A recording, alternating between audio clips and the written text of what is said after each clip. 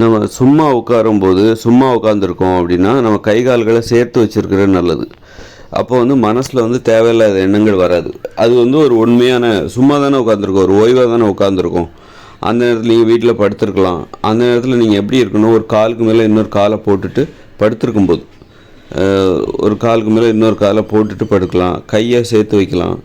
ஒரு கையை என்னோட அது மாதிரி சும்மா எங்கேயா உட்காந்துருக்கீங்க, சும்மா படுத்துருக்கீங்க, அப்போ கை கால்களை தனித்தனியாக வைக்காதீங்க. தனித்தனியாக விரிச்சிக்கிட்டு ரெண்டு காலையும் விரிச்சிக்கிட்டு கையை தனியாக, கை இந்த பக்கம் இன்னொரு கை இந்த பக்கமும் அப்படி வச்சுக்கிட்டிங்கன்னா சும்மா இருக்கும்போது உங்களுக்கு தேவையில்லாத எண்ணங்கள்லாம் வரும். உங்களுக்கு பிடிக்காத விரும்பத்தகாத எண்ணங்கள்லாம் வரும்.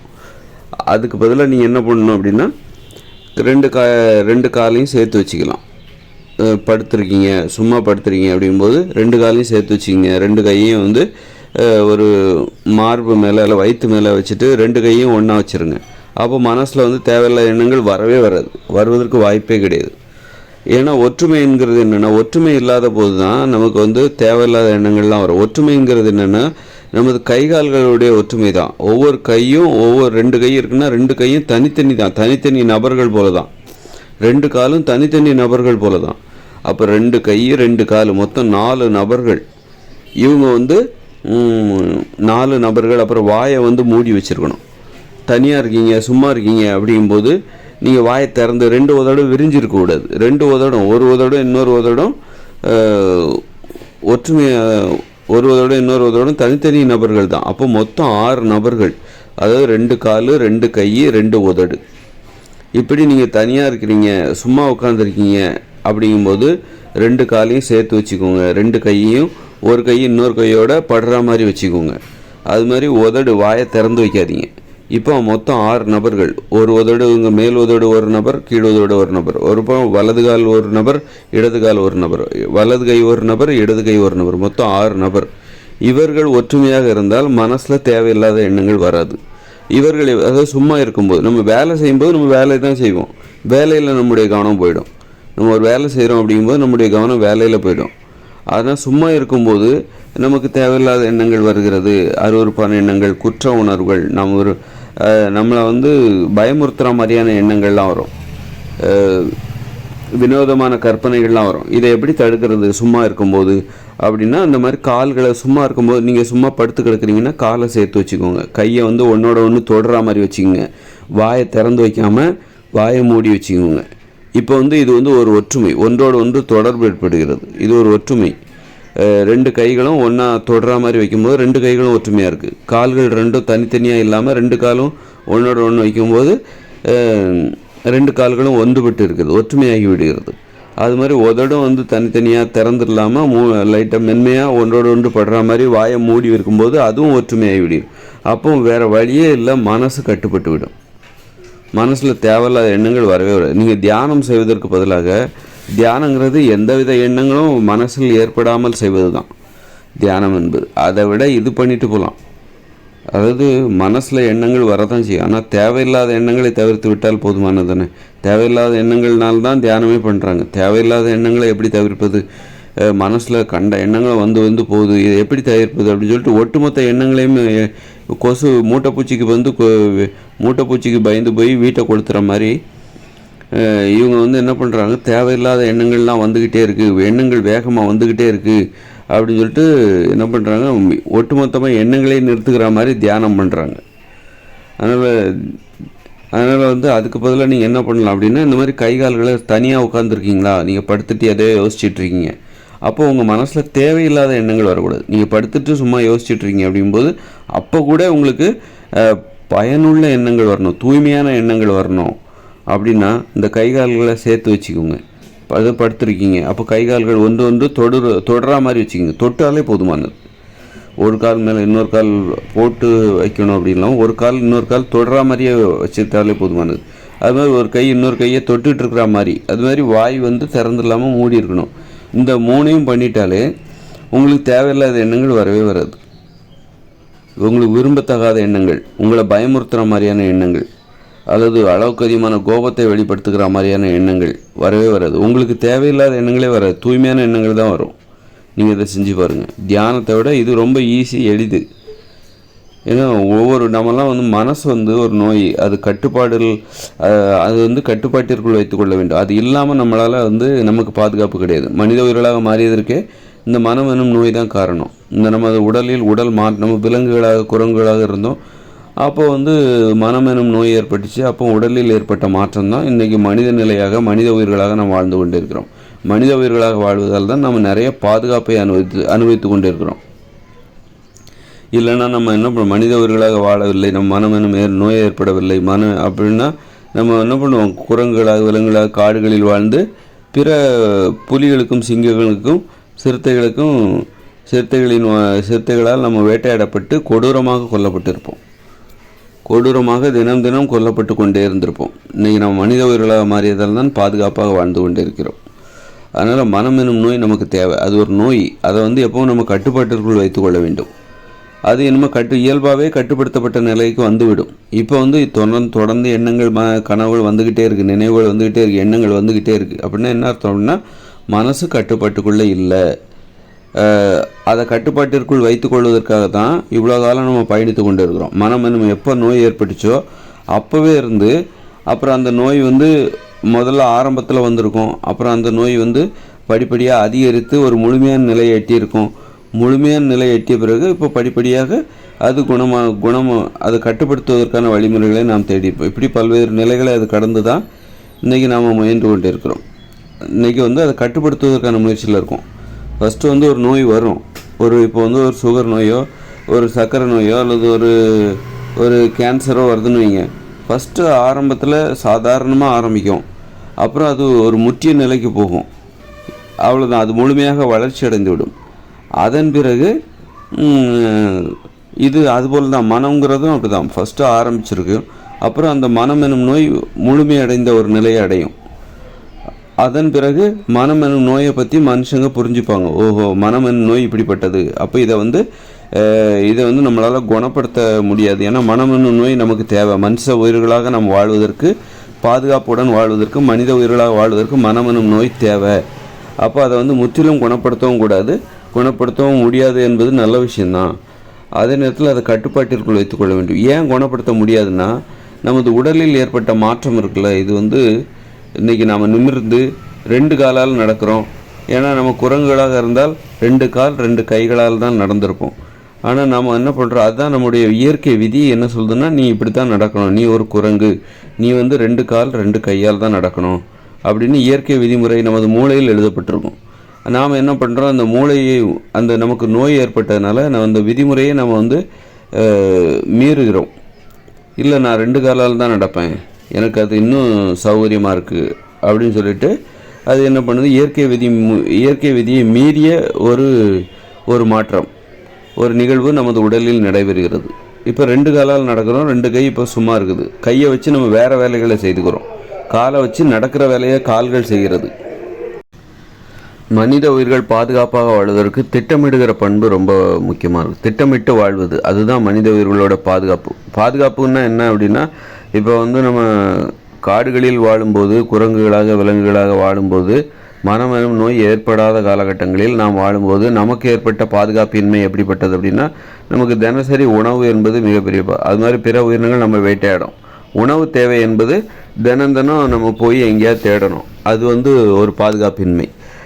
அப்புறம் வந்து பிற உயிரினங்கள் நம்ம வேட்டையாடுவதற்கான இப்படி 2 வகையான. அப்புறம் வந்து தட்பவெட்ப நிலை, மழை வரும், புயல் வரும், வெயில் வரும், வறட்சி வரும், இதில் இருந்துலாம் நம்மளை எப்படி பாதுகாத்துக்கிறோம். இப்படி ஒரு 3 விதமான பாதுகாப்பு. அப்புறம் இன்னொரு பாதுகாப்பு என்பது இப்படி ஒரு 3 விதமான பாதுகாப்பு நமக்கு தேவைப்பட்டது. அப்படிங்கும்போது இன்றைக்கி நம்ம மனித உயிர்களாக மாறிய காரணத்தால் வந்து நம்ம மனம் எனும் நோய் ஏற்பட்டதுனால நம்ம வந்து என்ன பண்ணுறோம் அப்படின்னா, நமக்கு பிற உயிரினங்கள் வந்து நமக்கு ஒரு பாதுகாப்பு இன்றைக்கி கிடச்சிருச்சு. பிற உயிரினங்களை நம்ம பெருமளவுக்கு அழித்து விட்டோம். மிருகங்களை எல்லாம் வந்து நிறைய அழித்து விட்டோம், கொன்று விட்டோம். சிங்கம், புலி, கரடிகளை வந்து முன்னாடிலாம் நிறைய இருந்திருக்கும். மனம் எனும் நோய் நமக்கு ஏற்படாத காலகட்டங்களில் இந்த உலகத்தில் சிங்கம், புலி, கரடிகள்லாம் கோடி கணக்கில் இருந்திருக்கும். இன்றைக்கி வந்து பார்த்திங்கன்னா அது ரொம்ப சில ஆயிரங்களில் குறைந்து விட்டதற்கு காரணம் வேறு ஒன்றும் இல்லை, நம்ம முன்னோர்கள் வந்து அதை எல்லாத்தையும் சாகடிச்சிட்டாங்க. இன்னும் கொஞ்சம் தான் இருக்குது, அதை கூட எதிர்காலத்தில் சாகடிச்சிருவாங்க. ஒன்றும் இல்லாமல் அப்போ அதுலேருந்து நம்ம வந்து நாம் தப்பிச்சிட்டோம். அந்த உணவு அவங்களுடைய வேட்டையாடுதலிருந்து, அந்த சிங்கம் புலி கரடி நம்மை வேட்டையாடுவதிலிருந்து நாம் வந்து தப்பித்து விட்டோம். அப்போ இது ஒரு பாதுகாப்பு. மனம் எனும் நோய் ஏற்பட்டதுனால தான் நமக்கு இப்படி ஒரு பாதுகாப்பு கிடைச்சிது. சிங்கம் புலிகளை நாம் வேட்டையாடுகிற அந்த திறன் அது வந்து எங்கேருந்து வருது? மனம் எனும் நோய் ஏற்பட்டதால் தான். நாம் வந்து அதெல்லாம் கொன்று அது இல்லாமல் செய்கிறோம். நமக்கு அச்சுறுத்தல் ஏற்படுகிற உயிரினங்களை அத்தனையும் நம்ம கொன்று அதன் மூலம் நமக்கு ஏற்படுகிற ஒரு பாதுகாப்பின்மை நாம் தவிர்த்து கொண்டே வருகிறோம். அதில் நாம் இன்னும் முழுமையடையவில்லை, இன்னும் கொஞ்சம் இருக்குது. அப்புறம் மழை வெயில் இதிலேருந்துலாம் பாதுகாக்கிறதுக்கு குடிசை கட்டுறோம் அல்லது வீட்டை கட்டுறோம். இதிலேருந்து நம்ம மழை வெயிலேருந்து பாதுகாப்பை பெறுகிறோம். அப்புறம் உணவு தேவை, தினசரி உணவு தேவை, எதிர்கால உணவு தேவை, எந்தவித கவலையும் இல்லாமல் வாழ்வதற்கு நம்ம என்ன பண்ணுறோம்? திட்டமிட்டு என்ன பண்ணுறோம்? விவசாயம் பண்ணுறது மூலமாக அது திட்டமிட்டு இந்த பருவத்தில் எதிர்காலத்தில் மழை வரும், அதுக்கு தகுந்த மாதிரி நம்ம உணவை சேமித்து வைக்கணும். இப்படி நிறைய நடைமுறைகள். விவசாயம் என்பது ஒரு திட்டமிட்டு. இதற்கெல்லாம் மனம் என்பது தேவைப்படுகிறது. மனம் ஒன்றால் தான் வந்து நம்ம இதெல்லாம் நம்முடைய பாதுகாப்பை நம்ம வந்து சாத்தியப்படுத்தி கொண்டிருக்கிறோம். மனம்னு ஒன்று இல்லாமல் போச்சுனாக்கா நம்மளால் திட்டமிட்டு வாழ முடியாது. திட்டமிட்டு வீடு கட்டுறோம் அப்படின்னா அது திட்டமிட்ட ஒரு வாழ்க்கை தான். பிற உயிரினங்களோட வாழ்க்கை முறை என்பது அதுலேயும் திட்டமிடுதல் இருக்குது. ஆனால் அது ஒரு அளவுக்கு தான் அதில் வந்து அவங்களுக்கு பாதுகாப்பு கிடைக்கும். ஆனால் நமக்கு வந்து ஒரு முழுமையான பாதுகாப்பை உறுதி செய்வதற்கான ஒரு திட்டமிடுதல், வேறு எந்த உயிரினங்களுக்கும் இப்படி ஒரு திட்டமிடுதல் கிடையாது. அதனால் வீடு கட்டி வாழ்வது, குடிசை கட்டி வாழ்வது, அது ஒரு திட்டமிடுதல். அப்புறம் விவசாயம் செய்து உணவு தேவையை பூர்த்தி செய்து சேமித்து வைத்து உணவுகளெல்லாம் சேமித்து வைத்து தினசரி நம்ம உணவு தேவை என்பது தங்குதடை இல்லாமல் நமக்கு கிடைப்பதற்கு நாம் வந்து ஒரு வழி செய்து கொண்டு, அதுக்கு வந்து மனசு தேவைப்படும். மனசில் தான் எல்லாத்தையும் திட்டமிடுகிறோம். அதனால் திட்டமிடுவதற்கு மனசு தேவைப்படும். திட்டமிட்ட வாழ்க்கை தான் மனித வாழ்க்கை பாதுகாப்பாக இருப்பதற்கு திட்டமிட்ட வாழ்க்கை தேவைப்படுகிறது. இல்லைன்னா நம்ம என்ன பண்ணுவோம்? நாடோடிகளாக உணவை தேடிக்கிட்டு இன்றைக்கி எங்கே கிடைக்கும், அங்கே போகலாம் இங்கே போகலான்னு அலைஞ்சு திரிஞ்சு ஒரு குடும்பமாக வாழ முடியாது. அதனால் திட்டமிட்ட வாழ்க்கைக்கும் மனம் என்பது தேவை. மனம் தான் நம்ம திட்டமிட்ட வாழ்க்கைக்கும் பாதுகாப்பான வாழ்க்கைக்கும் காரணமாக இருக்கிறது. அதனால் மனசுங்கிறது நமக்கு தேவை. மனம் என்பது நோயாக இருந்தாலும் அது முற்றிலும் குணமடைந்து விட்டால், மனமென்றே ஒன்று இல்லாமல் போனால் நம்மளால் திட்டமிட்டு வாழ முடியாது, விவசாயம் பார்க்க முடியாது. பிற உயிரினங்களைப் போல காடுகளில் வாழ ஆரம்பித்து விடுவோம். அது இன்னும் எளிதாக இருக்கும். ஏன்னா நீங்கள் வந்து விவசாயம் எதுவும் பண்ண வேண்டாம், வீடு கட்ட வேண்டாம், கூட்டி பெருக்க வேண்டாம், எதுவுமே பண்ண வேண்டாம். டாய்லெட்டு, கழிப்பு, எங்கே வேணாலும் கழிப்பு, மலத்தை கழிக்கலாம்.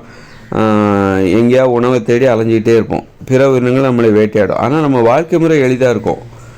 ஏன்னா நம்ம வீடு கட்ட தேவையில்லை, கூட்டி பெருக்க தேவையில்லை, உணவை சமைக்க தேவையில்லை, சேர்த்து வைக்க தேவையில்லை. எங்கே உணவு கிடைக்குதோ அங்கே தேடி போக வேண்டியதான். ஆனால் ஒரு குடும்பமாக வாழ முடியாது. உடல் உறவு தேவை என்பது ஏதாவது ஒரு பெண் குரங்கை பார்த்தா ஆண் குரங்கு சேர்ந்தால் விருப்பப்பட்டால் ஒன்று சேர்ந்துக்கும். இந்த மாதிரி தான் ஒரு வாழ்க்கையை நம்ம வாழ்ந்துட்டுருக்கோம். அப்போது நம்ம இன்றைக்கி திட்டமிட்டு ஒரு பாதுகாப்பாக வாழ முடியாது. ஆனால் வந்து எளிதாக இருக்கும், இன்னும் எளிதாக இருக்கும். ஏன்னா நம்ம குளிக்க தேவையில்லை, பல் விளக்க தேவையில்லை, வீட்டை கூட்டி பெருக்க தேவையில்லை. அப்படியே நம்ம வந்து வாழ்ந்துட்டு போயிட்டே இருக்க வேண்டியதுதான். மனம் எனும் நோய் இருப்பதால் தான் நாம் என்ன பண்ணுறோம்? ஒரு திட்டமிட்டு வீட்டை கட்டி வாழ்கிறோம், குடிசை கட்டி அதில் வாழ்கிறோம், அப்புறம் வந்து உணவை சேமித்து வைக்கிறோம், விவசாயம் செய்கிறோம். இப்படி நிறைய பாதுகாப்பு. பிற உயிரினங்கள் நம்மை வந்து தாக்க வரும்போது நாம் ஒற்றுமையாக ஒன்று சேர்ந்து அவைகளை நாம் வந்து கொல்கிறோம். அதன் மூலம் ஒரு அற்புதமான பாதுகாப்பு நமக்கு கிடைக்குது. இப்போ வேட்டையாடப்படுதலாம் இருக்கிற கொடூரமான ஒரு நிகழ்வு வேட்டையாடப்படுவது என்பது. அதாவது கடித்து கொதறி அப்படி நம்மளை சாகடிச்சிருவாங்க அந்த சிங்கம் புலி கரடியெல்லாம். அதுலேருந்துலாம் நம்ம இன்றைக்கி தப்பிச்சிருக்கோம். அது நமக்கு நிகழாமல் நம்ம வந்து பார்த்து கொள்கிறோம். அப்படிலாம் நம்ம ஒரு பாதுகாப்பு கிடைக்கிது அப்படின்னா திட்டமிட்ட வாழ்க்கையில் தான். திட்டமிடுவதற்கு மனம் என்பது தேவைப்படுகிறது. அதனால் நம்ம மனம் என்பது முற்றிலும் குணமடைந்து விட்டால் என்னாகும்? மனம் என்பது முற்றிலும் குணமடைந்து விட்டால் நாம் திரும்பவும் காடுகளில் குரங்குகளாக வாழ ஆரம்பித்து விடுவோம். அப்புறம் தினம் நம்ம வந்து வெயில், மழை, அப்புறம் உணவு தேவை, அப்புறம் பிற உயிரினங்கள் நம்ம வேட்டையாடும். அது மாதிரி பாதுகாப்பு இல்லாமல் போய்விடும். மனித வாழ்க்கையே பாதுகாப்பு. மனித உயிர்களாக அப்போ நம்ம மனம் என்னும் நோய் ஏற்பட்டதால் தான் நம்ம மனித உயிர்கள். மனம் என்னும் நோயே இல்லைன்னா நம்ம வந்து வெறும் குரங்குகள், விலங்குகள் தான். ஒரு பாதுகாப்பற்ற வாழ்க்கை தான் வாழ்வோம். அதனால் பாதுகாப்பாக வாழ்வதற்கு மனம் என்னும் நோய் தேவைப்படுகிறது. அதே நேரத்தில் மனம் என்னும் நோய் கட்டுப்பாடு இல்லாமலும் போய்விடக்கூடாது. அது வந்து கட்டுப்பாடு இல்லாமல் கட்டுப்படுத்த முடியாத அளவுக்கும் போய்விடக்கூடாது. அப்போ அதை கட்டுப்படுத்துறதுக்கு என்ன வழி? அதுதான் நம்ம வந்து இப்போ கற்றுட்ருக்கோம். அதை எப்படி கட்டுப்படுத்துறது? தொடர்ச்சியாக அது வந்துக்கிட்டே இருக்குது எண்ணங்கள், அது வர தேவையில்ல. தொடர்ச்சியாக எண்ணங்கள் வரவே தேவையில்ல. ஏன் நினைவுகள் தொடர்ச்சியாக எண்ணங்களுக்கு நினைவுகள் கனவுகள் எல்லாம் ஏன் வந்துக்கிட்டே இருக்குது? அது அவசியமே இல்லை. அதை நிறுத்துங்க. அப்போ அதில் நிறைய இடைவெளி. அது இப்போ எனக்கு நடந்திருக்கு. மனித நிலையில் முழுமையடைந்த அந்த முதல் மனிதனாகிய எனக்கு அந்த நிலை வந்து இப்பொழுது எனக்கு நிகழ்ந்திருக்கிறது. அந்த எண்ணங்கள் கனவுகள் வந்து தொடர்ச்சியாக வருவதே இல்லை. அது நிறைய இடைவெளி, எண்ணங்கள் இல்லாத கனவுகள் இல்லாத அந்த மனசு வச்சு. ஆனால் கண்டிப்பாக அது எப்போவாவது ஒரு வாட்டி வரதான் செய்யும். அதனால் ரொம்ப இடைவெளி மனசில் வந்து இப்போ என்ன பிரச்சனைனா, முதல்ல நம்முடைய பிரச்சனை என்னவாக இருந்ததுன்னா, மனசில் எண்ணங்கள் கனவுகள் நிறைய வந்துக்கிட்டே இருக்குது, அதை நிறுத்தணும் அப்படின்னு நம்ம நினச்சோம். இன்றைக்கி என்னடான்னா, மனசில் எண்ணங்கள் கனவுகள் எதுவும் வரவே மாட்டேங்குது, அதை உருவாக்கணும். அதை வந்து அதை எப்படி மனசில் எண்ணங்கள் வருவதற்கு என்ன பண்ணுறது, கனவுகள் வருவதற்கு என்ன பண்ணுறது, நினைவுகள் வருவதற்கு என்ன பண்ணுறது, அப்படிங்கிற வழிமுறையை இனிமேல் மனுஷங்க தேடிக்கணும். இதுவரைக்கும் எண்ணங்களை நிறுத்துவதற்கு கனவுகளை நிறுத்துவதற்கு தியானம்லாம் பண்ணாங்க, ஒட்டுமொத்தமாக நிறுத்துறதுக்கு. மனமே இல்லாதபடிக்கு செஞ்சிடலாம், மனசு இன்னும் அமைதியாக இருக்கும். இந்த எண்ணங்களை எப்படி தடுப்பது, வேகமாக வந்து கொண்டே இருப்பது, இடைவெளி இல்லாமல் வந்து கொண்டே இருக்கிற இந்த எண்ணங்களை எப்படி தடுப்பது, கனவுகளை, யோசனைகளை, சிந்தனைகளை எப்படி தடுப்பதுன்னு மனுஷங்க முயற்சி பண்ணிகிட்டு இருந்தாங்க. இன்றைக்கி பார்த்தா இப்போ எனக்கு என்ன நடக்குது அப்படின்னா, இந்த மனித நிலையில் முழுமையடைந்த முதல் மனிதனாகிய எனக்கு என்ன நடக்குது அப்படின்னா, இப்போ அந்த கிட்டத்தட்ட 2006 எனக்கு அந்த மனசில் வெற்றிடம் ஏற்பட்டது. அந்த இடைவெளி ஏற்பட்டது. தொடர்ச்சியாக வந்து கொண்டு இருக்கிற அந்த எண்ணங்கள் கனவுகள் நினைவுகள் வந்து திடீர்னால இடைவெளி ஒரு வெற்றிடம் ஏற்பட்டது, ஒரு இடைவெளி ஏற்பட்டது. ஒரு தண்டவாளம் வந்து தண்டவாளத்தில் வந்து ஒரு குறிப்பிட்ட இடைவெளியில் வந்து துண்டாச்சுன்னா எப்படி இருக்கும், அந்த மாதிரி அது மாதிரி ஒரு இடைவெளி. அப்படி ஒரு இன்றைக்கி என்ன படிப்படியாக நிறைய எண்ணங்கள் நின்று போச்சு. நிறைய தேவையில்லாத எண்ணங்கள், தேவையில்லாத கனவுகள், தேவையில்லாத யோசனைகள் நின்று போச்சு. இப்போ மனசு ரொம்ப அமைதியாக இருக்குது. என்னடா மனசில் எந்த எண்ணங்களுமே வரமாட்டேங்குது, யோசனைகள் எதுவுமே வரமாட்டேங்குது, சிந்தனைகள் எதுவுமே வரமாட்டேங்குது. மனசு காலியாக இருக்குது, வெற்றிடமாக இருக்கிறது. இந்த தியானத்தின் போது எப்படி நீங்கள் உணர்வீங்களோ அதே மாதிரி பெரும்பாலான நேரங்கள் வந்து வெற்றிடமாக இருக்குது. அப்போ இந்த எண்ணங்களை எப்படி உருவாக்குவது, இந்த யோசனைகளை எப்படி உருவாக்குவது, அப்படிங்கிற பிரச்சனைக்கு இப்போ நாம் போயிட்டோம். ஆனால் யோசனைகள் இல்லாமல், அதாவது யோசனைகள் சிந்தனைகள் இல்லாமல் நம்ம மனசு இருக்காது, கண்டிப்பாக அது இருக்கும். ஆனால் அது ரொம்ப ரொம்ப குறைஞ்சி போச்சு. இப்போ நம்ம அதை வந்து எப்படி அதிகமாக உருவாக்குவது, ஏன்னா அது எந்த அளவுக்கு, ஆனால் தொடர்ச்சியாக நம்மளால் உருவாக்க முடியாது. முன்னாடி அதை தொடர்ச்சியாக வந்து கொண்டு இருந்தது, அதை நம்ம நிறுத்திட்டோம். ஆனால் நம்ம இனிமேல் மனித நிலையில் முழுமையடைந்த பிறகு நீங்கள் எவ்வளோதான் கஷ்டப்பட்டாலும் அதை தொடர்ச்சியாக வர வைக்க முடியாது. இப்போ நீங்கள் அதை அதிகப்படுத்துறதுக்கு தான் நீங்கள் ஒரு வாழ்க்கை வாழணும். உங்கள் வாழ்க்கை முறையை அடிப்படையாக கொண்டு தான் அது எந்த அளவுக்கு உங்களுக்கு எண்ணங்கள் அதிகமாக வருகிறது, கனவுகள் யோசனைகள் அதெல்லாம் உங்களுக்கு எந்த அளவுக்கு அதிகமாக வருது அது என்பதை தீர்மானிக்கும். இப்போ நிறைய வந்தால் தான் நீங்கள் நிறைய பேச முடியும். பேசுவதற்கு நான் என்ன காரணம் தெரியுமா, அந்த மனசில் எண்ணங்கள் கனவுகள் நினைவுகள் தான் காரணம். மனசுன்னு ஒன்று இல்லவே இல்லைன்னா, மனம் என்பது முற்றிலும் குணமடைந்து விட்டால் மனம் என்கிற நோய் நம்ம பேசவே மாட்டோம். பேச வேண்டிய அவசியமே நமக்கு இல்லை. சத்தம் போட ஆரம்பிச்சிரும். குரலை வச்சு நம்ம சத்தம் போட ஆரம்பிச்சிரும். வெறும் ஒலிகளை தான் எழுப்ப ஆரம்பிச்சிரும். காய்ச்சி மூச்சுன்னு கத்திக்கிட்டு தான் இருப்பேன் தவிர அது வந்து இந்த எழுத்து மொழி இதெல்லாம் வந்து அந்த வழக்கம் அழிந்து போய்விடும். அதனால் மனம் என்கிற நோய் நமக்கு வந்து பேசுவதற்கு காரணமாக இருக்கிறது. மனம் என்கிற நோயில் ஒருத்தருக்கு மனசில் எந்த அளவுக்கு எண்ணங்கள் வருகிறதோ, எந்த அளவுக்கு கனவுகள் யோசனைகள் வந்து கொண்டே வருகிறதோ அந்த அளவுக்கு தான் இனிமேல் வந்து வர காலங்களில் வந்து அவர் நல்லா பேசுகிற திறன் உடையவராக இருப்பார். அதன் மூலம் அவருக்கு உறவுமுறை நண்பர்கள் அதிகமாக இருப்பாங்க. அது பெருமையாக பேசப்படும். எனக்கு நிறைய நண்பர்கள் இருக்காங்க, உறவினர்கள் இருக்காங்க அப்படின்னு அவர் பெருமையாக பேசுகிறாருன்னா அதுக்கு என்ன காரணம் அப்படின்னா, அவருக்கு மனசில் எண்ணங்கள் நிறையா வருது, கனவுகள் நிறையா வருது. ஆனால் என்ன தான் இருந்தாலும் யாருக்குமே தொடர்ச்சியாக வராது. ஏன்னா அது தொடர்ச்சியாக இப்போ வந்துட்டு இருக்குது. அதை தான் நம்ம நிறுத்துறதுக்காக போராடணும். அப்படி நிறுத்தும்போது தேவையில்லாத எண்ணங்கள் எல்லாமே போயிடுச்சு, தேவையில்லாத யோசனைகள், தேவையில்லாத சிந்தனைகள். அதனால தான் நான் தேவையில்லாத இந்த இயந்திர அறிவியல் உலகமே தேவையில்லாதது, அதன் மீது எனக்கு நம்பிக்கை இல்லை. அப்போ இது வந்து பொய்யான உலகம், இது வந்து இன்னும் 20 வருஷத்தில் அழிஞ்சு போயிடும். அப்போ வந்து என் மனசுலேயும் என்னது தேவையில்லாத எண்ணங்கள்லாம் வெளியே போயிடுது, தேவையில்லாத யோசனைகள், தேவையில்லாத சிந்தனைகள் எல்லாமே நின்று போயிடுது. இப்படித்தான் எனது மனதில் அப்படி ஒரு வெற்றிடம் ஏற்பட்டது. காரணமே அதான். மனசு ஏன் வெற்றிடமாக அந்த அளவுக்கு வெற்றிடமாக இருக்குது. ஒரு காலியாக இருக்குது, ஒரு வீட்டை காலி பண்ண மாதிரி இருக்குது. வீட்டில் வந்து ஒரு வீட்டில் நிறைய பொருட்கள் இருக்கும், அங்கங்கே நிறைய பொருட்கள். அந்த வீட்டை காலி பண்ணால் எப்படி இருக்கும்? அப்புறம் ஒருத்தர் வந்து ஒரு ரொம்ப எளிமையான ஒருத்தர் வந்து குடிபெறுறாரு, அங்கங்கே ஒரு ஒரு பொருளை வச்சுக்கிறார், அவ்வளோதான். அந்த மாதிரி தான் இப்போ வந்து மனசுங்கிறது ஆகிப்போச்சு.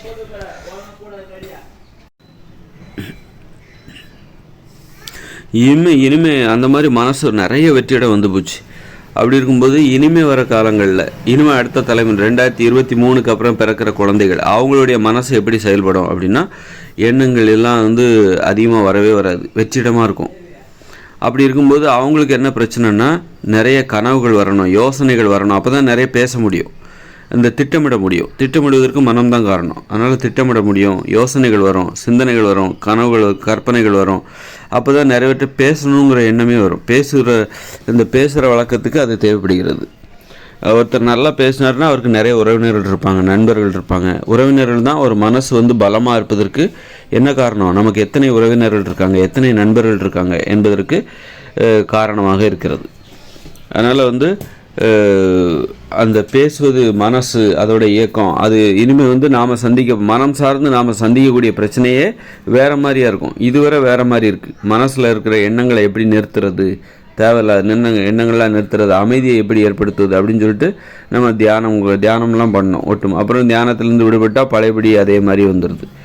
அப்போ அந்த மாதிரி நிறைய முயற்சிகள். இனிமேல் என்ன பிரச்சனைன்னு இப்போ நிறுத்தியாச்சு, நிறைய எண்ணங்கள் இல்லாமல் செய்துவிட்டோம். மனம் என்பது வெற்றிடமாகிவிட்டது. இப்போ நம்ம வெறுமையாக இருக்கிறோம். இப்போ மனசுங்கிறது வெறுமையாகி போச்சு. இப்போ ஏதாவது எண்ணங்களை உருவாக்கணும், யோசனைகளை உருவாக்கணும். அதுக்கு நாம் என்ன பண்ணுறது? அப்போ மனுஷங்கிட்ட போய் பேசணும். மனுஷங்கிட்ட இருந்து தனித்து போயிடக்கூடாது.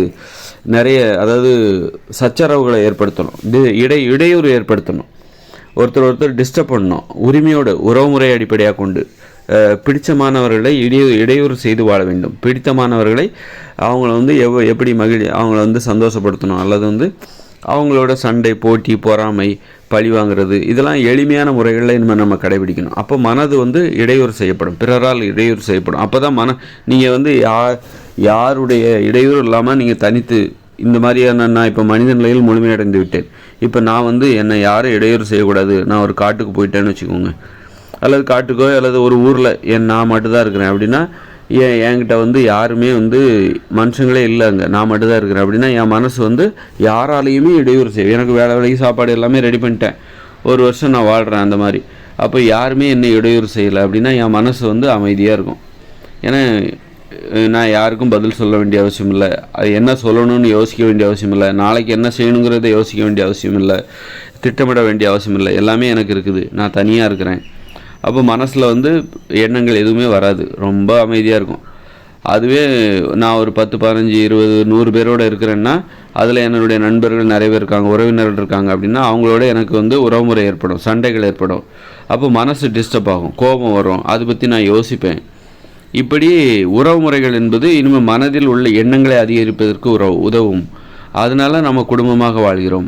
குடும்பமாக வாழ்வதற்கு இதான் காரணம். ஒருவர் உரிமையோடு சண்டை போட்டுக்கலாம். அப்புறம் காதலிப்பது, அதுவும் ஒரு இடையூறு தான். அன்பு செலுத்துவது, அதுவும் ஒரு இடையூறு தான். அந்த மாதிரி அதன் மூலம் மனதில் எண்ணங்கள், கனவுகள், நினைவுகளை அதிகப்படுத்தி கொள்ளலாம். இந்த மாதிரியான ஒரு நிலைமை வந்து இனிமேல் இந்த மாதிரியான ஒரு போக்கு, ஒரு வாழ்க்கை முறை இனிமேல் ஏற்படும்.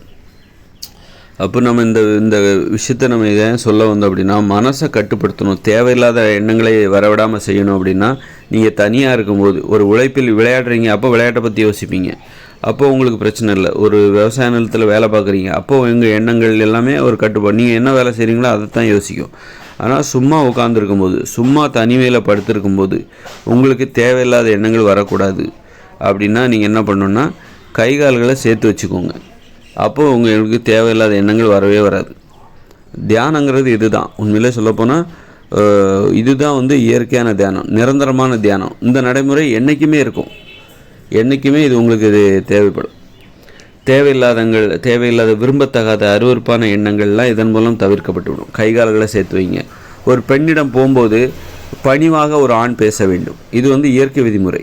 தற்போதுள்ள இயந்திர அறிவியல் உலகில் பெண்களிடம் ஆண்கள் பணிவாக பேசக்கூடாது, அவன் மதிப்பாக தான் பேசணும். பெண்கள் தான் ஆண்கள்கிட்ட பணிவாக பேசணும். அதனால் வந்து பணிவுங்கிறது ஒரு உடம்பை பார்த்தாலே தெரியும். அந்த உடம்பு பணிவாக, அவன் பணிவை வெளிப்படுத்தும் விதமாக அந்த உடலில் மாற்றத்தை ஏற்படுத்த வேண்டும். பணிவு சார்ந்து அவன் உடல் இயங்க வேண்டும். அப்போ அவர் அந்த உடலில் பணிவு இருக்கிறது, அவர் தன்னிடம் பணிவாக நடந்து கொள்கிறார் என்பதை கண்டுபிடிக்க முடியும்.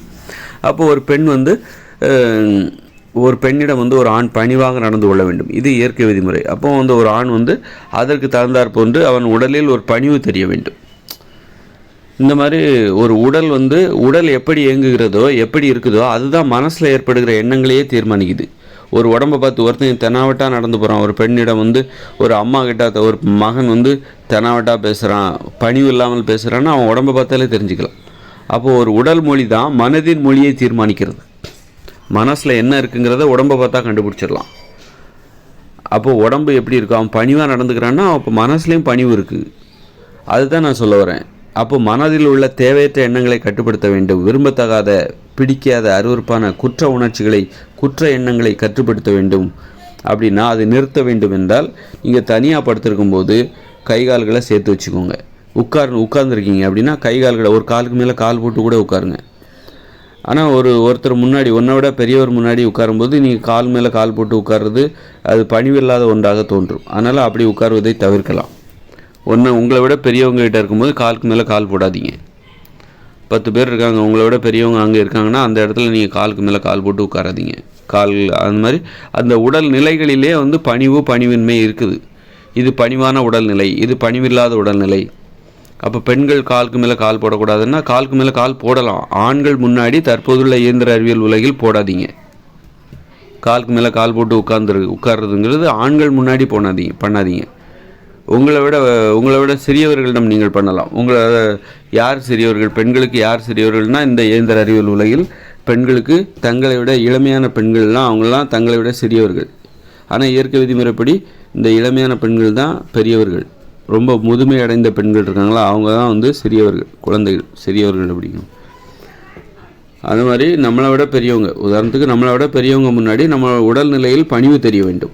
காலுக்கு மேலே கால் போடக்கூடாது. போட்டால் நம்ம மனசில் பணிவு இல்லைன்னு அர்த்தம், திமிராக உட்காந்துருக்கும் அப்படின்னு அர்த்தம். அதுமாதிரி காலை தொட்டு கும்பிடுறது, இதெல்லாம் பணிவை மனசில் எண்ணங்களை பணிவு சார்ந்த எண்ணங்களை உருவாக்குறதுக்கான நடைமுறைகள். மனுஷங்களை காலை தொட்டு கும்பிடுறோம் அப்படின்னா அதன் மூலம் மனுஷங்களுக்கு நம்ம அந்த அளவுக்கு மதிப்பு கொடுக்குறோம். அது சார்ந்த எண்ணங்களை நமது மனதில் ஏற்படுத்துகிறோம். நீங்கள் யாரு காலையும் விழலை அப்படின்னா அது சார்ந்த எண்ணங்களே உங்கள் மனசில் ஏற்படாது. அப்போ மனசில் நல்ல எண்ணங்கள் ஏற்படணும்னா நல்ல செயல்களை செய்யணும். பணிவு சார்ந்த செயல்களை செய்ய வேண்டும். அது மாதிரி மதிப்பு சார்ந்த செயல்களையும் செய்யணும். நீங்கள் வந்து ஒரு உயர்ந்த எண்ணங்களை ஏற்படுத்தணும், ஒரு தலைமைத்துவ எண்ணங்களை ஏற்படுத்த வேண்டும், சிந்தனைகளை ஏற்படுத்த வேண்டும் என்றால் நீங்கள் தலைமைத்துவ நடைமுறைகள் உங்கள் வாழ்க்கையில் இடம்பெற்று தலைமைத்துவம் சார்ந்த செயல்கள், நீங்கள் ஒரு தலைவராக ஒரு தலைமை பொறுப்போடு நீங்கள் உங்கள் வாழ்க்கையில் நடந்திருக்கணும். அப்போ தான் அது சார்ந்த எண்ணங்களை உருவாக்க முடியும். ஆக இப்படி நமது உடல் எப்படி செயல்படுதோ அதுபோல தான் நமது மனதும் செயல்படும். மனதில் எண்ணங்களும் ஏற்படும். அதனால் ஒரு உடம்பை பார்த்தாலே தெரிஞ்சிடலாம் மனசில் என்ன யோசிக்கிறாரு அப்படிங்கிறத கரெக்டாக கண்டுபிடிச்சிடலாம். அதுக்கு தான் வந்து அமைதியை ஏற்படுத்தும். நீங்கள் தனிமையில் இருக்கும்போது தனிமையில் இருக்கும்போதோ அல்லது மற்றவங்ககிட்ட பேசும்போதோ, உங்களிடம் பெரியவர்களிடம் பேசும்போது, உங்களிடம் சிறியவர்களிடம் பேசும்போது அதற்கு தகுந்த உடல்நிலை உங்களோட சின்னவங்ககிட்ட போய் நீங்கள் கை கட்டி குனிஞ்சி பேசிகிட்டு இருக்கக்கூடாது. ரொம்ப கை கட்டி அடக்க ஒடுக்கமாக பேசிகிட்டு இருக்கக்கூடாது. அப்போ அது மதிப்பாக இருக்காது, அழகாக இருக்காது. உங்களிடம் சிறியவர்கிட்ட பேசும்போது அவர் கெத்தாக பேசணும்.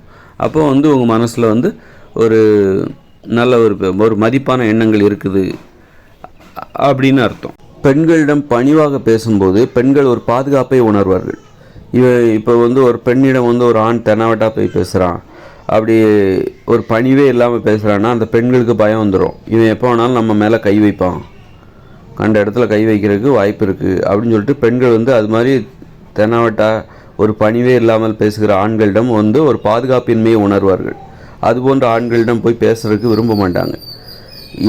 ஒரு பெண் வந்து ஒரு ஆணிடம் பேசும்போது ஆணின் பார்வையில் பயம், பணிவு இருக்கிறதா என்பதை அவர்கள் பார்ப்பார்கள். அப்போ தான் அவங்க பாதுகாப்பை உணர்வார்கள். இவன் பார்வையில் நம்ம மேலே ஒரு பயம் இருக்குது, ஒரு பணிவு இருக்குது, கண்டிப்பாக இவனால் நமக்கு ஒரு பாதுகாப்பின்மை ஏற்படாது, இவன் வந்து நம்ம மேலே கை வைக்க மாட்டான், நம்ம மேலே கண்ட இடத்துல கை வைக்கிறதுக்கு வாய்ப்பு இல்லை. அதே நேரத்தில் நம்மிடம் மரியாதை குறைவாக இவன் பேசவும் மாட்டான். ஏன்னா இவன் உடம்புல வந்து ஒரு பணிவு இருக்குது, இவன் கண்ணில் ஒரு பயம் இருக்குது, ஒரு பணிவு இருக்குது. நம்மை பற்றிய ஒரு மதிப்பான எண்ணம் இவனது பார்வையில் இருக்கிறது என்று பெண்கள் நமது உடலை பார்த்தே அவங்க தெரிஞ்சுப்பாங்க. அதன் மூலம் பெண்கள் நம்ம ஒரு அந்த மாதிரியான ஒரு பயமும் பணிவும் இருக்கிற ஒரு ஆணிடம் சுதந்திரமாக பேசுவாங்க, ரொம்ப சுதந்திரமாக பேசுவாங்க. அப்போது ஒரு பெண்ணிடம் ஒரு ஆண் பேசும்போது அவன் பணிவாகவும் பேச வேண்டும், பயத்தோடையும் பேசணும். அதை வெளிப்படுத்தும் விதமாக அவனது உடல்நிலை அமைக்கப்பட வேண்டும். அவனது உடல்நிலையை அதற்கு தகுந்தாற் போன்று அமைத்து கொள்ள வேண்டும். அப்போ தான் அவனுக்கு பெண்ணிடம் பேசும்போது ஒரு பயம் பணிவு வரும். நம்ம யார்கிட்ட வேணாலும் எப்படி வேணாலும் பேசலாம், அது நம்முடைய இஷ்டம்தான், அது முடியாது. ஆனால் அது நமக்கு உறவு முறையை இல்லாமல் செய்துவிடும். நமக்கு மற்றவங்க மேலே மற்றவங்க நம்மளை நேசிக்காமல் மற்றவங்க தனிமைப்படுத்திடுவாங்க. அதனால் உறவுமுறை இல்லாமல் போயிடும். அதனால் உறவுமுறை நமக்கு மிகவும் முக்கியம். அதற்காகத்தான் நம்ம இதெல்லாம் பண்ணுறோம். ஒரு பெண்ணிடம் நம்ம பணிவாக ஒரு ஆண் பேசணும், பயத்தோடு பேசணும் அப்படின்னா அப்போ தான் அந்த பெண்கள் ஒரு பாதுகாப்பை உணர்வார்கள். அப்போ தான் சுதந்திரமாக பேசுவாங்க. பெண் சுதந்திரம்ங்கிறது அதுதான். பெண் சுதந்திரங்கிறது பெண்கள் சுதந்திரமாக இருப்பதற்காக பெண்களிடம் ஆண்கள் பயத்தோடையும் பணிவோடையும் நடந்து கொள்ள வேண்டும். அது அவனுடைய உடம்புல தெரியணும். ஒரு பெண்ணிடம் ஒரு ஆண் பேசும்போது அவன் பணிவாக பேசுகிறான் என்பதற்கு தகுந்தாற் போன்று அவனது உடல்நிலையில் பார்த்தாலே தெரியணும். அவன் உடம்பை பார்த்தாலே தெரியணும் அவன்கிட்ட ஒரு பயம் இருக்குது, அவங்ககிட்ட ஒரு பணிவு இருக்குது, அவங்ககிட்ட ஒரு பண்பு இருக்குது. அப்போது அந்த ஆண் பெண்களுக்கு பாதுகாப்பானவன் அப்படிங்கிற ஒரு அந்த மதிப்பை நம்ம புரிஞ்சிக்கலாம். அந்த மாதிரியான ஒரு நிலையை ஒரு ஆணின் உடலை பார்த்தாலே புரியும். அப்போ பெண் சுதந்திரம் என்பது பெண்களின் கையில் மட்டும் இல்லை, ஆண்களின் கையிலும் இருக்குது. ஆண்களிடமும் அதற்கான வேலை இருக்கிறது. என்னது அப்படின்னா பெண்களிடம் ஒரு பயத்தோடையும் பணிவோடையும் பண்போடையும் நடந்துக்கணும். இதுதான் பெண் சுதந்திரத்திற்கு ஆண்கள் செய்ய வேண்டிய ஒத்துழைப்பு. அப்படி இருந்தால் தான் ஆண்களும் சுதந்திரமாக வாழ்வாங்க. அந்த நிலையில் தான் ஆண்களின் சுதந்திரமும் ஆரம்பிக்குது. பெண்களை சுதந்திரமாக வாழ செய்யாத ஆண்களுக்கும் சுதந்திரம் கிடைக்காது. அப்போ ஆண்களின் சுதந்திரம் எங்கே இருக்குன்னாக்கா பெண்களின் சுதந்திரத்தில் தான் இருக்கிறது. அப்போது பெண்களின் சுதந்திரத்திற்காக ஆண்கள் கொடுக்கக்கூடிய ஒத்துழைப்பு என்பது அது பெண்களுக்காக மட்டுமல்ல, அது ஆண்களுக்காகவும் தான் என்பதையும் இது பெண்களுக்கும் பொருந்தும். அப்போ பெண்கள் ஏன் சுதந்திரமாக இருக்கணும்னா அப்போ தான் ஆண்களும் சுதந்திரமாக இருப்பாங்க, பாதுகாப்பாக இருப்பாங்க. பெண்களுடைய பாதுகாப்பில் தான் ஆண்களுடைய பாதுகாப்பு இருக்குது. இப்போ பெண்களுக்கு பாதுகாப்பே இல்லை ஆண்களால் அப்படின்னா ஆண்களுக்கும் பாதுகாப்பு கிடையாது. பெண்கள்கிட்ட ஆண்கள் பொறுக்கி மாதிரி நடந்துக்கிறாங்க அப்படின்னா அப்போது என்ன பண்ணுவாங்க அப்படின்னா ஆண்களுக்கும் அடி விழ ஆரம்பிச்சிடும். ஆண்களுக்கும் பாதுகாப்பு கிடையாது. அப்போ பெண்களுடைய பாதுகாப்பு தான் ஆண்களுடைய பாதுகாப்பு. அதனால் பெண்களுக்கு பாதுகாப்பின்மையை ஏற்படுத்திவிட்டு ஆண்களால் பாதுகாப்பாக வாழவே முடியாது. அதனால் பெண்களுக்கு பாதுகாப்பு கொடுப்பதற்காக ஒத்துழைப்பதன் மூலம் ஆண்கள் தங்களுடைய பாதுகாப்பையும் உறுதி செய்து கொள்கிறார்கள் என்பதையும் நாம் தெரிந்து கொள்ள வேண்டும். பெண்களை பற்றி ஆண்கள் எப்போ தெரிஞ்சுப்பாங்கன்னா ஆண்கள் தங்களை விட வயசில் சின்னவங்ககிட்ட பழகும்போது தான் பெண்களுடைய உணர்வுகளை புரிஞ்சுப்பாங்க.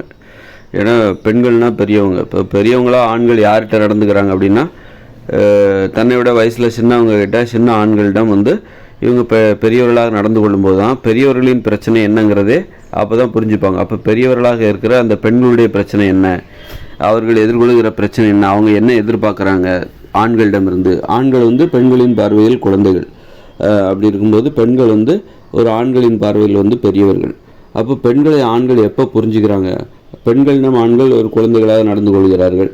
அப்போ பெண்களாகி அந்த பெரியவர்கள் அவர்களுடைய பிரச்சனை என்ன, அவர்களுடைய எதிர்பார்ப்பு என்ன அப்படிங்கிறத ஆண்கள் எப்போ புரிஞ்சுக்கிறாங்க அப்படின்னா ஆண்கள் பெரியவர்களாக தங்களை விட வயசில் சிறிய வயது ஆண்களிடம் நடந்து கொள்ளும்போது தான், அதாவது ஆண்கள் பெரியவர்களாக யார்கிட்ட நடந்துப்பாங்க, தன்னை விட வயதில் சிறிய ஆண்களிடம் நடந்து கொள்வார்கள். அப்போ தான் பெரியவர்களின் பிரச்சனை என்ன, பெரியவர்கள் தங்களுடைய வயதில் சிறியவரிடம் என்ன எதிர்பார்க்குறாங்க, அதாவது பெரியவர்களாகிய அந்த பெண்கள் ஆண்களிடம் என்ன எதிர்பார்க்குறாங்க, தங்களை விட சிறியவர்களாகிய குழந்தைகளாகிய அந்த ஆண்களிடம் பெண்கள் என்ன எதிர்பார்க்குறாங்க அப்படிங்கிறத ஆண்கள் எப்போ புரிஞ்சுப்பாங்க, தன்னை விட வயதில் சிறிய ஆண்களிடம் பழகும்போது தான் புரிஞ்சுப்பாங்க. ஏன்னா ஆண்களுக்கு தன்னை விட வயதில் சிறிய ஆண்களிடம் பழகும்போது மனசுக்குள்ளே ஒரு பயம் இருக்கும். என்ன பயம்னாக்கா இவன் தன்னிடம் மரியாதை குறைவாக நடந்து கொள்வானோ அப்படிங்கிற ஒரு பயம், தன்னிடம் மரியாதையாக நடந்து கொள்ள வேண்டும் என்கிற எதிர்பார்ப்பு இருக்கும் ஆண்களுக்கு. தன்னை விட வயதில் சிறிய ஆண்களிடம் பழகும்போது அந்த எதிர்பார்ப்பு ஆண்களுக்கு இருக்கும். ஏன்னா மரியாதைங்கிறது அந்த அளவுக்கு முக்கியம் அப்படிங்கிறது அப்போ தான் ஆண்களுக்கு தெரியும். அது அப்போ தான் வந்து ஆண்கள் என்ன பண்ணுவாங்க, பெண்கள் என்ன எதிர்பார்க்குறாங்க ஆண்கள்கிட்ட இருந்து அப்படிங்கிறதையும் புரிஞ்சுப்பாங்க. அப்போ பெண்களும் அப்படி தானே, நம்மளை மாதிரி தானே, நாம் என்ன நம்மளை விட வயதில் சிறியவரிடம் என்ன எதிர்பார்க்குறோமோ அதைத்தானே பெண்களும் நம்மக்கிட்ட எதிர்பார்ப்பாங்க. ஏன்னா அவங்களுக்கு நாம் சின்னவங்க தானே. அப்போ அவங்களும் நம்மக்கிட்ட என்ன எதிர்பார்ப்பாங்க அப்படிங்கிறத ஆண்கள் எப்போ புரிஞ்சுப்பாங்க அப்படின்னா, தன்னை விட வயதில் சிறிய ஆண்களிடம் பழகும்போது அந்த பெண்களை புரிந்து கொள்வார்கள். ஆதலால் பெரியவர்களாகிய பெண்கள் இருக்காங்களா, பெரியவர்களின் இயல்பை கொண்ட பெண்கள் இருக்காங்கள, ஆண்களிடம் பெரியவர்களாக தங்களை காட்டிக்கொள்கிற, பெரியவர்களாக நடந்து கொள்கிற பெண்கள் இருக்காங்களா, அவங்கள புரிஞ்சுக்கணுன்னா ஆண்கள் என்ன பண்ணணுன்னாக்கா, தன்னை விட வயதில் சிறியவரிடம் ஒரு பெரியவர்களாக நடந்து கொள்ள வேண்டும். அப்போ தான் பெண்கள்னா அவங்களுடைய இயல்பு என்ன, அவங்களுடைய எதிர்பார்ப்பு என்ன அப்படிங்கிறத ஆண்கள் புரிஞ்சிக்க முடியும். தன்னை விட வயதில் சிறிய ஆண்களிடம் மரியாதை எதிர்பார்ப்பாங்க.